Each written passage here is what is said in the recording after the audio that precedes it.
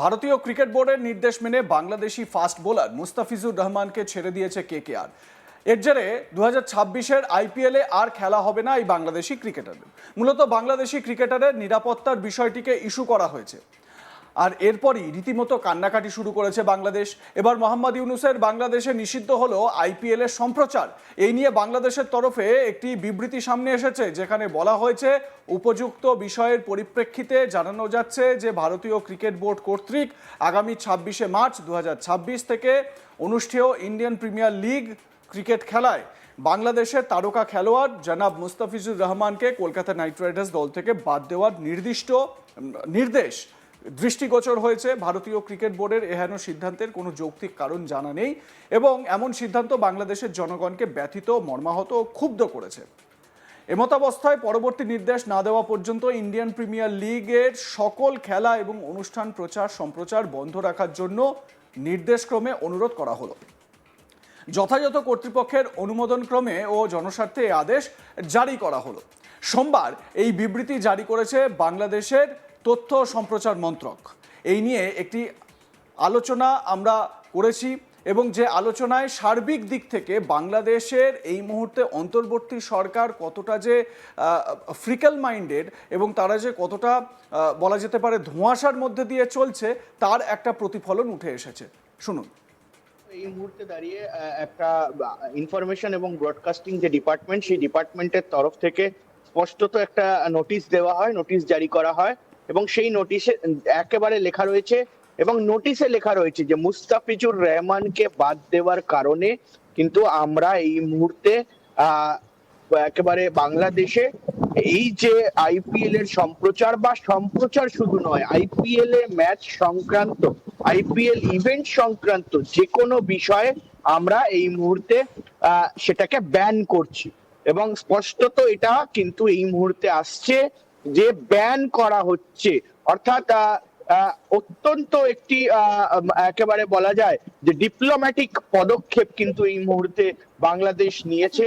কারণ ইতিমধ্যেই আমরা দেখেছি যে মুস্তাফিজুর রহমান, তাকে নিয়ে বিশেষ অনেক ধরনের কথা হয়েছে। আমরা এটাও দেখেছি যে বাংলাদেশ ক্রিকেট বোর্ডে শেষ একেবারে 24 ঘন্টায় তিনবার বৈঠক হয়েছে এবং শুধু তাই নয়, এমনটাও শোনা যাচ্ছে, এমনটা স্পষ্টত বোঝা যাচ্ছে যে কোথাও গিয়ে যে বাংলাদেশের যিনি চিফ অ্যাডভাইজার অর্থাৎ একেবারে মোহাম্মদ ইউনুস, তিনিও এর মধ্যে যুক্ত। তার পাশাপাশি কিন্তু আসিফ নজরুল স্পোর্টস অ্যাডভাইজার, তিনিও এর মধ্যে যুক্ত। এর আগেও খুব একটা বাংলাদেশি ক্রিকেটারকে আইপিএল এ নেওয়া হতো এমনটা নয়।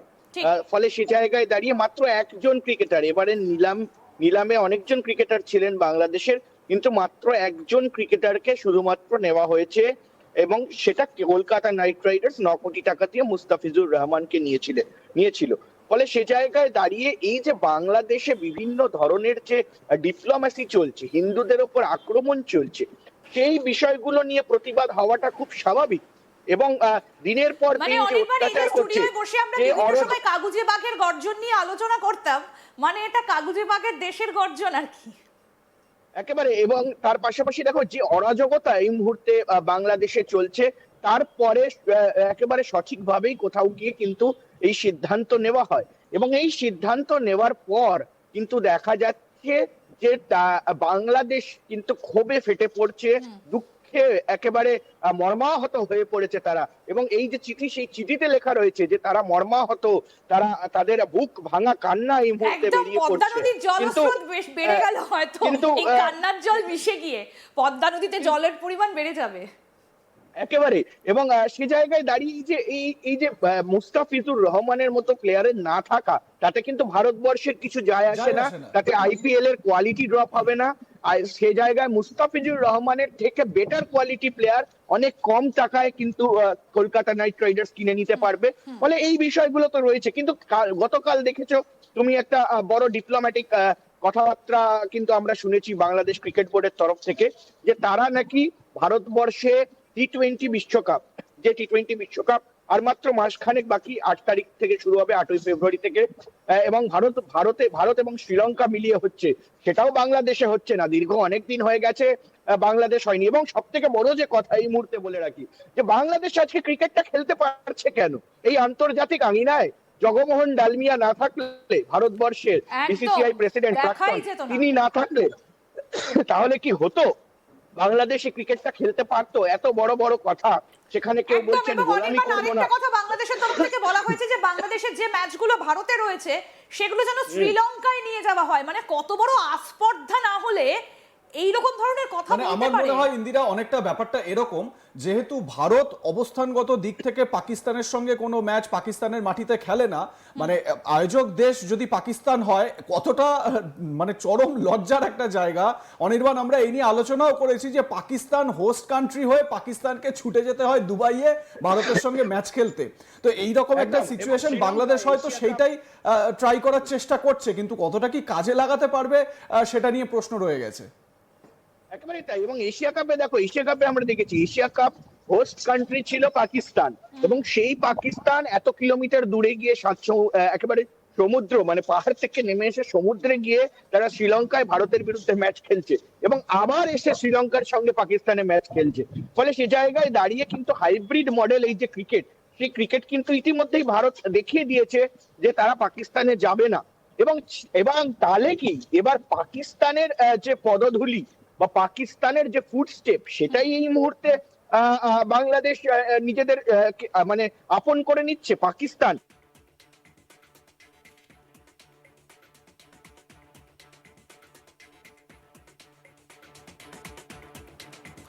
প্রসঙ্গত 2026-এর আইপিএলে আর খেলা হবে না বাংলাদেশি ক্রিকেটারের। মূলত বাংলাদেশি ক্রিকেটারের নিরাপত্তার বিষয়টিকে ইস্যু করা হয়েছে। গত মাসে অনুষ্ঠিত Indian premier league IPL mini নিলামে কেকেআর 9,20,00,000 টাকায় মুস্তাফিজুর রহমানকে কিনেছিল। এই সিদ্ধান্ত ভারত ও বাংলাদেশের মধ্যে ক্রিকেট সম্পর্কের উত্তেজনা আরও গভীর করেছে। বাংলাদেশ ক্রিকেট বোর্ড এখন আন্তর্জাতিক ক্রিকেট কাউন্সিল আইসিসিকে তাদের টি-20 বিশ্বকাপের ম্যাচগুলি ভারত থেকে শ্রীলঙ্কায় স্থানান্তর করার জন্য অনুরোধ করবে। এই লক্ষ্যে বিসিবি আইসিসিকে একটি ইমেল পাঠিয়েছে। ভারতে, বিশেষ করে কলকাতায় খেলোয়াড়দের নিরাপত্তা নিয়ে বিসিবির গুরুতর উদ্বেগে রয়েছে।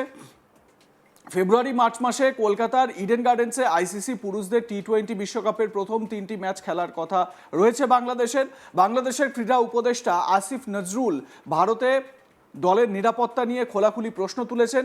তিনি বলেছেন যে সাম্প্রতিক ঘটনাবলীর কারণ হিসেবে উল্লেখ করে তিনি বলেছেন যে ভারতীয় ক্রিকেট বোর্ড কর্তৃক মুস্তাফিজুর রহমানকে আইপিএল থেকে অপসারণ করা গভীর উদ্বেগের বিষয়। নজরুল বাংলাদেশের তথ্য ও সম্প্রচার মন্ত্রককে দেশে ইন্ডিয়ান প্রিমিয়ার লিগের সম্প্রচার বন্ধ করার জন্যও অনুরোধ করেছেন। তিনি পরামর্শ দিয়েছেন যে এই বিতর্কের প্রভাব এখন ক্রিকেটের বাইরেও বিস্তৃত। আসিফ নজরুল তার ফেসবুক অ্যাকাউন্টে লিখেছেন, ভারতীয় ক্রিকেট বোর্ড উগ্র সাম্প্রদায়িক গোষ্ঠীগুলির প্রতি তাদের নীতির সমর্থনে কলকাতা নাইট রাইডার্সকে বাংলাদেশি ক্রিকেটার মুস্তাফিজুর রহমানকে দল থেকে বহিষ্কার করার নির্দেশ দিয়েছে। আমি এর তীব্র নিন্দা এবং প্রতিবাদ জানাচ্ছি। ক্রীড়া মন্ত্রকের একজন দায়িত্বশীল উপদেষ্টা হিসেবে আমি বিসিবিকে এই পুরো বিষয়টি নিয়ে আন্তর্জাতিক ক্রিকেট কাউন্সিলকে ব্যাখ্যা দিতে বলেছি। আপনাদের মতামত জানান। দেখতে থাকুন আজ তাক বাংলা। সাবস্ক্রাইব করুন আমাদের ইউটিউব চ্যানেলটি, বেল আইকন প্রেস করুন নোটিফিকেশন পেতে।